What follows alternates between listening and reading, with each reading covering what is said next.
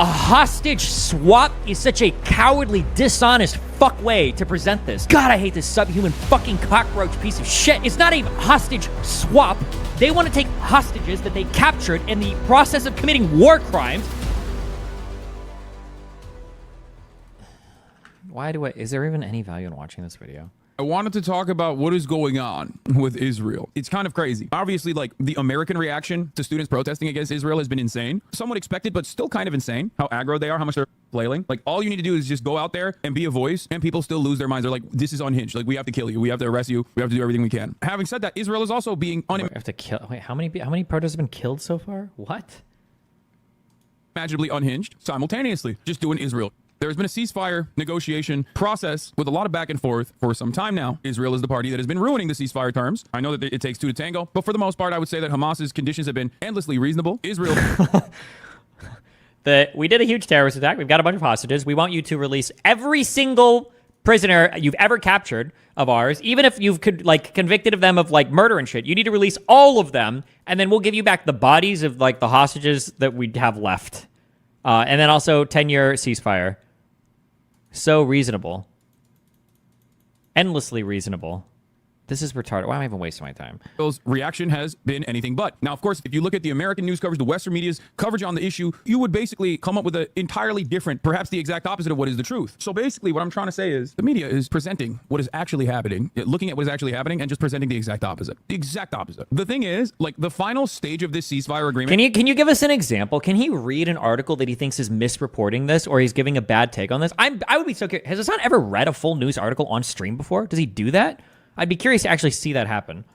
Is basically what Hamas has said, I would say, since like October 8th. We will give you all the hostages back. You just have to issue a permanent ceasefire, 1967 boundaries, come to the negotiation table with the 1967 boundaries, which would obviously be like the two-state solution. No more arms. We will lay down our arms. Basically a day one position, which Israel routinely said no to. And it turns out that there's more information about Benjamin... Yeah, you don't reach a final negotiation on what the territorial dispute should look like at the end in response to the largest terrorist attack ever in your country and 200 hostages taken. That's not how any of this works. That's not how any of this works. Netanyahu almost personally ruining... Who is his editor? Hey, Hasan's editor, dipshit. There should be a rule that you can't cut in an article title if Hasan has never even looked at the article in his life. Are there any things of him actually reading any of these? Does this actually happen? Like... He said no to, and it turns out that there's more information about Benjamin Netanyahu almost personally ruining the bag. There's basically no condition that Israel wants. None whatsoever that Israel is willing to agree to. I think the latest that I read was in this round of conversations, basically they claimed that like the Hamas acceptance was coming from an Egyptian envoy, and Egypt is also Hamas. Well, they didn't say that, but they said that the Egyptian terms were like infinitely softer than what the Israel would be down for or something. And this is after Hamas agreed to the latest proposal presented by Israel on April 27th. And there is no change in its elements. An official matter with the talks tells Reuters. Okay, this is like literally happening as we're talking. And there is no change in its elements. An official... Hamas agreed to the latest proposal presented by Israel on April 27th, and there is no change in its elements. An official familiar with the talks tells Reuters on May 6th. But that's not true. It was significantly different, and they didn't agree with the Israeli proposal. Who the fuck is this guy? Who is this guy? What is he reporting? An official familiar with the talks tells Reuters. That wasn't true, right? The Hamas proposed ceasefire was significantly different. And Israel wasn't even a party to this particular one, I don't believe. Hamas said Monday it accepted an Egyptian Qatari. It was these two guys that had negotiated a ceasefire proposal, but Israel said the deal did not meet its core demands, and it was pushing ahead with an assault on the southern Gaza city of Rafah. Israel said to continue negotiations.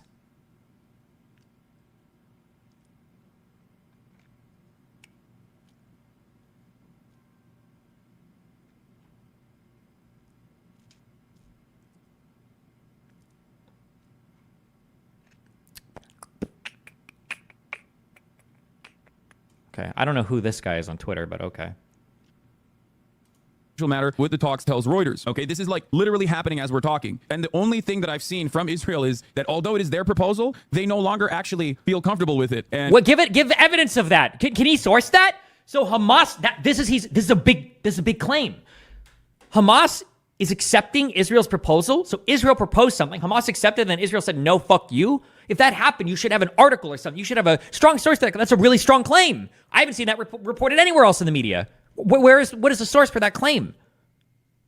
and are saying that maybe Egypt has softened that deal too much. Let's be real. The Israeli officials are saying the proposal Hamas accepted is different than the one initially presented to Israel. Yeah, it's a 3-stage peace plan, 3-stage ceasefire negotiation, as Tom Watanovia also mentioned here. First stage is like the facilitation of the hostage swaps, right? Which would mean prisoner releases from the Israeli side as well, including some high-profile prisoners. Second stage would be... I like how he just brushes over that as well, by the way, that a hostage swap is such a cowardly, dishonest fuck way to present this. God, I hate this subhuman fucking cockroach piece of shit. It's not a hostage swap. They want to take hostages that they captured in the process of committing war crimes, and they want to trade them for prisoners in Israel. That's not a hostage swap. The idea that both sides have taken hostages here and they're swapping them is so unbelievably fucking dishonest. I'm beyond this. I don't know why I would even waste my time watching this. I'm good. I don't even do this. Okay. There's other stuff. Hold on. We got comedy videos. I'd rather watch incel bait.